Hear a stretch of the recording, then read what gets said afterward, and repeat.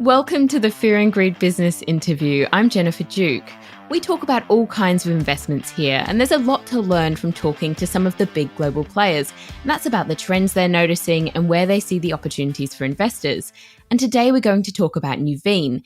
It is one of the world's largest investment managers with $1.1 trillion in assets under management. And within that is Nuveen's $170 billion real assets business. Of course, please remember, this is general information only. You should definitely seek professional advice before making any investment decisions. But today we've got the opportunity to speak to Mike Sales, head of Nuveen Real Assets, who's actually in Australia at the moment. Mike, welcome to Fear and Greed. Thank you very much, Jen. Nice to be here. So the bulk of Nuveen Real Assets is made up of Nuveen Real Estate. And globally, how are you seeing this sector this year? It's been a bit of a volatile one.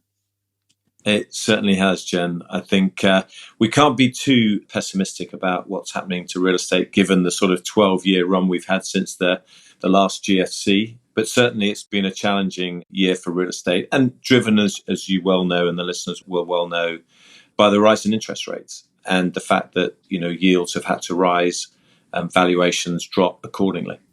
We've also had quite a bit of news out of China. Do you have any thoughts about how that space is affecting the outlook? Yeah, look, China is a big part of the global economy, and China in growth mode is obviously very positive for the wider economy. We don't have a huge amount of exposure to the Chinese market, but clearly it has a bearing on the global economy, which ultimately feeds through to what you see in growth globally. And what are you hearing from Australian institutional investors at the moment? Where are they putting their money within the real estate sector? We've done a lot of business with Australian investors over the course of the last sort of 15 years. And the great thing about Australian investors and superannuation funds particularly, and now moving into the wealth market, really smart about where they invest. And they're mostly very long-term investors. So looking for those demographic tailwinds to invest in sectors that they think are going to be the sectors, not just of today, but tomorrow. So we've seen investment in a variety of not just different sectors, but geographies around the world, depending on market conditions. So, in terms of things that we like and we're talking to institutions about at the moment, we particularly like storage. That's a global story, medical office, senior living, to name three. And one of the other trends, and I know that you're very interested in this as well, but ESG is a big theme for institutional investors and across, I suppose, the economy right now, and all sectors really. But what does it look like in real estate specifically? Well, look, real estate is responsible for, a very large percentage of global emissions. And, one of the most interesting sectors that is suffering at the moment is the office sector, because that's clearly a huge driver of emissions. And so what you're seeing now is a real trend towards creating very green buildings that the tenants and their stakeholders, their employees want to occupy, and a real move away from, secondhand older space. And of course, that secondhand older space needs to be repurposed. The cost of doing that, though, is quite prohibitive, particularly in a market where valuations are challenged. The cost of debt has risen substantially. So there is a real bifurcation from an ESG perspective in the office market, as one example. So how do you get over that hump of having that sort of office building, the older office building that needs to be redeployed, I suppose we can describe it as? Yeah, no, it's a good question. And the reality is, the valuation basis has to be right. So someone has to be able to look at that office building and make a financial return from turning it back into as a green building. And right now, I don't think valuations probably are where they need to be for some of those older buildings for somebody to take on that task. Definitely a big challenge ahead. I'm curious as well around your thoughts on the work from home shift and how that's affecting the commercial space. Is that something that's here to stay? It's very difficult to have a discussion about this because I feel so strongly about it.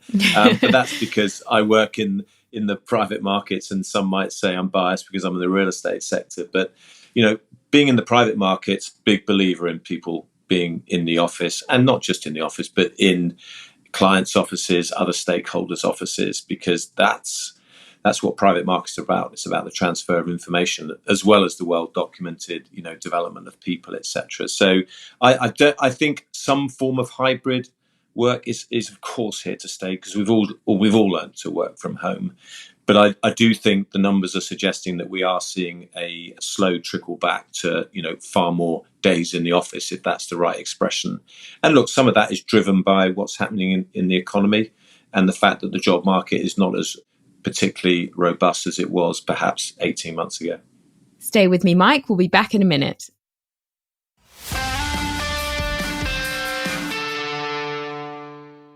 I'm speaking to Mike Sales, head of Nuveen Real Assets. I want to talk to you about Nuveen Natural Capital. So that's another part of Nuveen Real Assets. And for our listeners, Nuveen's actually the largest manager of farmland globally, with more than 3 million acres of farmland and timberland. And that's across about 600 properties in 10 countries. So this is a pretty big part of the business. What is it about this space that you think makes it attractive to investors?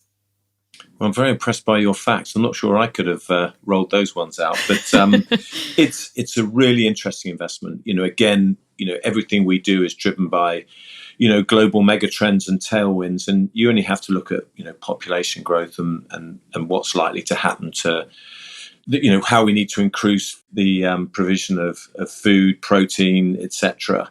to that population to realise that farmland is, it's a finite resource, and therefore not just a finite resource, but also something that we need to look after, and also from an ESG perspective as well. So we think farmland has always offered, very steady inflation-adjusted returns.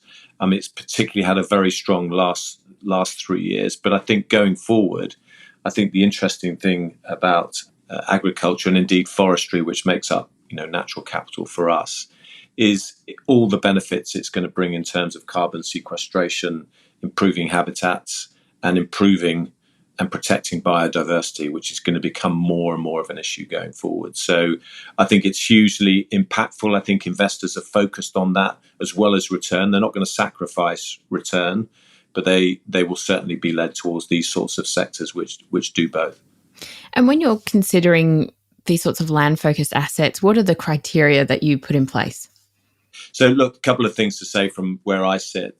There are a couple of things about where we invest in farmland and timber. First of all, we want to do it globally because we need to be diverse from a climate perspective, because different parts of the world, climates are evolving in different ways. So that's number one. The second one is, do we want to be an operator? And we tend to do that when we look at permanent crops. So when you look at, vineyards, tree nuts, etc., which are more permanent, we want to operate and control production there. And then we tend to lease out sort of row crops, things like wheat, barley, etc., obviously to local farmers and co-ops. So that's the high level. Then it's around diversifying the crop base. So we have a vast array of crops that we look after globally. And I think it's, depending on the strategy in the portfolio, is making sure we've got the right mix. That's actually fascinating. I'm also curious because in Australia right now, we're going through a bit of a discussion about immigration and the workplace. And I'm curious about your thoughts about how immigration is affecting the real estate sector. Not sure if you're having the same trends in the UK. I don't think as much perhaps as Australia, but the one seeming consequence of that is the way that the sort of housing market has held up here, or it seems to have held up here far better than it has perhaps in other countries. And that's probably because, the interest rate rises have happened down here later than perhaps somewhere like the UK. But I think that's the obvious. I hesitate when I say, the benefit to the housing sector of immigration, but it's actually to, you could argue detriment to, a lot of people, because it pushes affordability out of many people's hands. So I think, that's the biggest issue that needs to be resolved. It's something that we're big in the US. It's slightly undeveloped as a sector here, but affordable housing, given that immigration and, the cost of living and the cost of, renting and indeed buying your own house are somewhat prohibitive. So, that's the same in a lot of other global centres at the moment, although, prices have suffered as a result of interest rates moving up sharper and earlier than down here. That is very true. And one of the ways that policy decision makers here are responding to this sort of change in immigration and our concentration is to I suppose you could say, distribute our CBDs a little bit more widely. We're obviously very concentrated in Sydney and Melbourne, but there's smaller CBD and work centres being set up in Parramatta. I'm not sure how familiar you are with the geographies of our cities, but I'm curious about your perspective on these sort of mini CBDs and how successful they can be from that commercial perspective in real estate. Yeah, really, really interesting. I was in San Francisco a couple of months ago, and there's a classic example of somewhere where, look, there's a lot of differences clearly in terms of how that city is run, but what you see there is exactly as you've just described. And I don't know the suburbs here as clearly as well as you do, but that's where the suburbs of San Francisco have sort of continued to thrive, whilst the downtown has suffered greatly. And I don't, it's a really difficult one because you want a vibrant city. You want, everything that goes with that in terms of, hospitality, whether it's, hotels, whether it's the restaurants, whether it's the theatres, all those sorts of things. So you want the best of both worlds, but there's no doubt that these emerging suburbs with their convenient shopping have emerged as, real suburbs of interest from an investment perspective, because, the one part of the retail market that stood up is convenient shopping. And you're also beginning to see some of the more innovative retailers take some of their retail outlets and put them in some of these local suburbs, given the shift, if you like, to this hybrid working over the last couple of years. And one big part of that, and I'm very curious about this space because we've got a lot of super funds with a huge amount of funds under management and lots of interest in global infrastructure investments. What's the sort of outlook for that space, given we're going to need a lot of infrastructure to service these sorts of mini CBDs? Yeah, no doubt. And, depending on where you are in the world, I think the biggest or two biggest focus areas, particularly for us, are around, the digital revolution and, getting fiber and cell and data to people in a quicker fashion. So I think that's a really interesting part of the infrastructure market. The biggest focus for us is the electrification, as part of the energy transition, where, simply the demand for electrification is, as is huge, considerable. Yes. And it's not, I was going to say infinite. It's of course it's not, but the reality is we've got to work out ways of producing as much as we can, as quickly as we can, and make sure that we can obviously do everything that's associated with that in terms of storing it, etc. So there's a huge amount of work that needs to go on there. I think in terms of where the market is for that now and how the super funds are looking at some of these areas of the infrastructure market, and I haven't touched on transportation, is, it's been affected like every other real asset class by sharp interest rate rises, the increase in cost of debt, the increase in cost of materials. We mentioned China earlier. That's it's a major provider of most materials for offshore and onshore wind turbines as an example.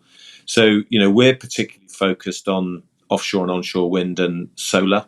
We see those as growing exponentially, but equally we need to be doing it at the right price to deliver the returns that the superannuation funds and indeed global investors want. Definitely. Look, thank you. We've covered an awful lot of ground.